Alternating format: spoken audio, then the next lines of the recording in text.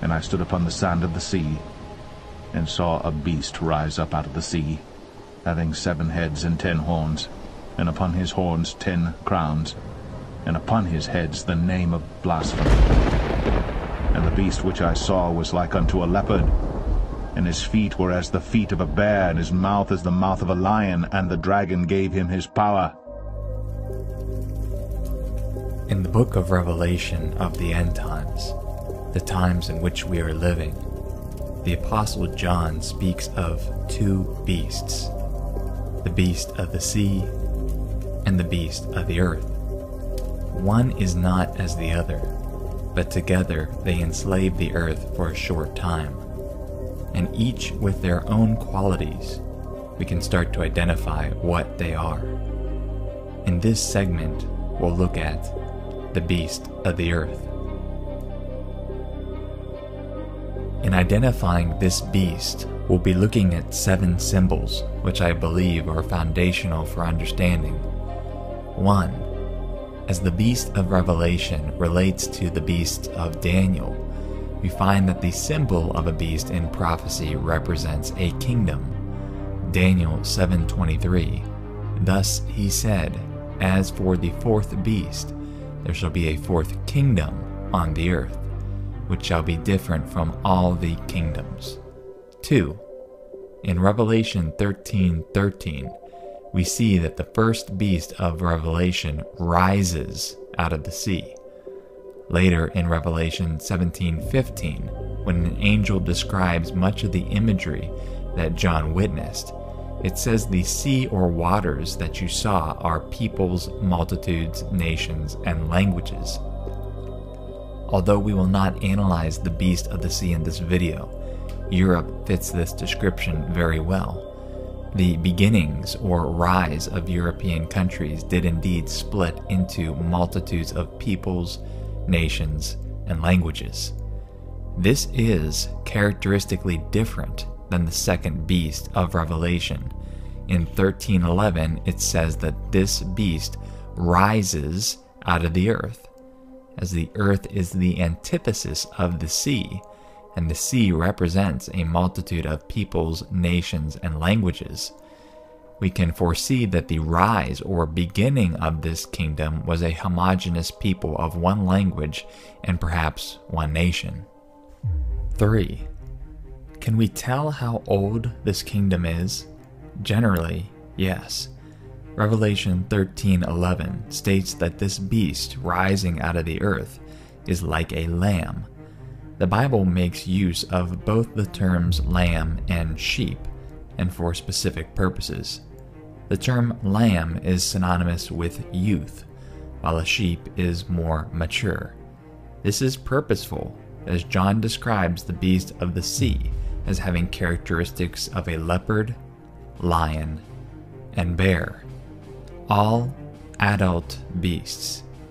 Therefore, the beast of the sea is an older and more established kingdom, while the beast of the earth is a relatively new kingdom. 4. What other symbolism does the lamb provide? Being that Revelation 13:11 says that it is like a lamb, but speaks as a dragon, we can quite clearly understand that this kingdom is disguising itself as Christ-like. However, its true actions or speech is that of the devil. 5. Again, looking at Revelation 13:11, we see that this new Christ-like kingdom has 2 horns. Throughout the Bible, horns represent power and authority. Therefore, this kingdom has divided its power into 2 separate powers. 6. In Revelation 13, the beast of the sea has 7 heads and 10 horns, with 10 crowns upon those horns. You will notice that the beast of the earth has 2 horns, but mentions no crowns. In the Bible, the symbol of a crown represents delegation or bestowing of authority, privilege, or royalty. Therefore, this kingdom that has split itself into 2 powers does not have a single person of authority over each of its powers. 7. This beast is exceedingly powerful and enslaves the world, so much so that it can kill off anyone who does not worship the first beast before it, and makes those who would follow it to have a mark on their forehead or right hand. The beast of the earth's loyalty is to the beast of the sea and the harlot that rides it. If you want to see definitive proof that the harlot or anti-church controlling the beast of the sea is indeed the Vatican, click on the video on this screen or in the YouTube description box to watch my other video. So, we should see the beast of the earth kingdom make strong ties or loyalties to the harlot church of the Vatican. So then, who is this kingdom? By now, you should realize that there are some stunning alignments with the United States of America. If you don't see that just yet, then let's see why. It's common knowledge that the quote-unquote discovery of America was called the New World. As European explorers migrated to this landmass, they found that compared to Europe, it was largely unpopulated.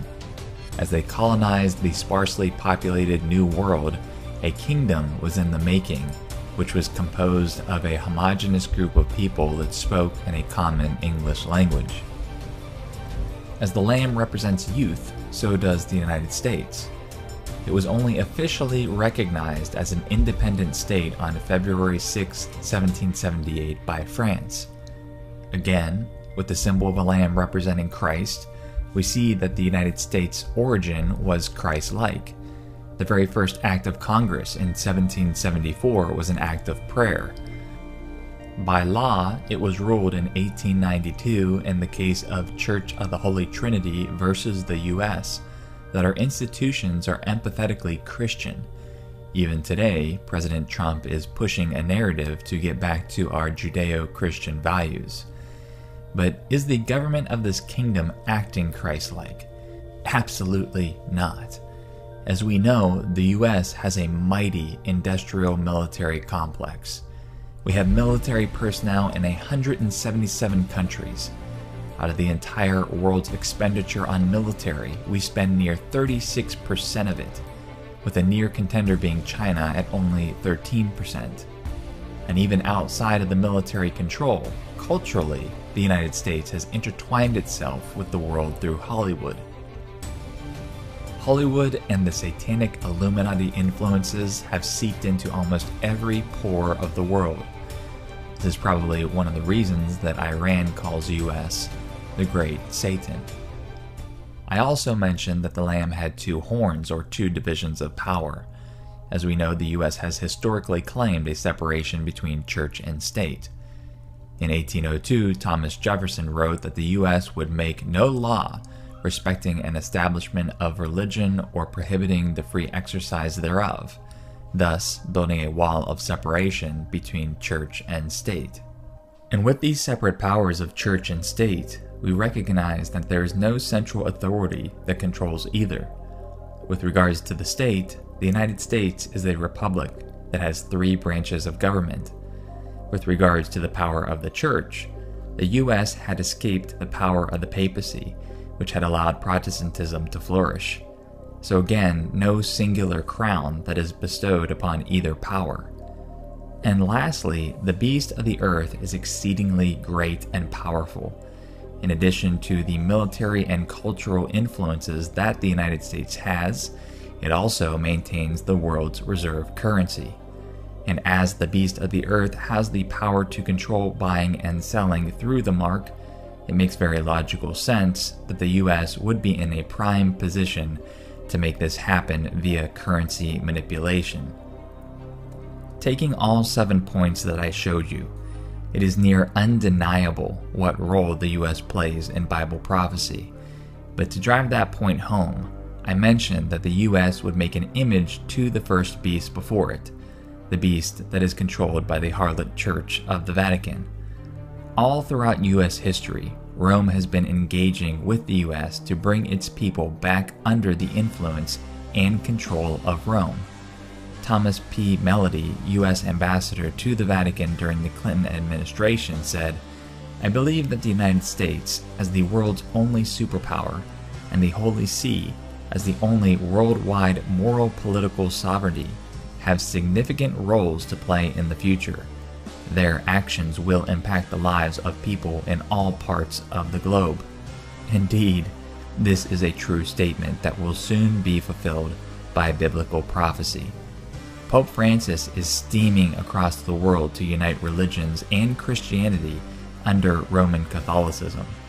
Meanwhile, Donald Trump, who has a huge amount of police support, a huge amount of military support, a love of war and authority, and has more generals in his cabinet than any other president since World War II, is steadily making war plans and promoting a false Christianity. The Pope and Donald Trump, despite media headlines, have come together, a topic that I went into great detail with in my video displayed on the screen if you want to click and view that later. As I began this video, I stated that we are in the end times. You should now recognize that we are indeed in that time, and that those living in the US are living within the confines of the beast of the earth. If you have not found Jesus Christ, I pray that you seek him out in these times. It is by grace through faith in him that you can only seek refuge and be saved from this storm. If you've enjoyed this video, I ask for your support on Patreon, as nearly all my videos have been demonetized. Link to my Patreon account and the perks that it brings are in the YouTube description box. Thank you and God bless. This is Mike with On Point Preparedness. See you all later. They will be met with fire and fury like the world has never seen.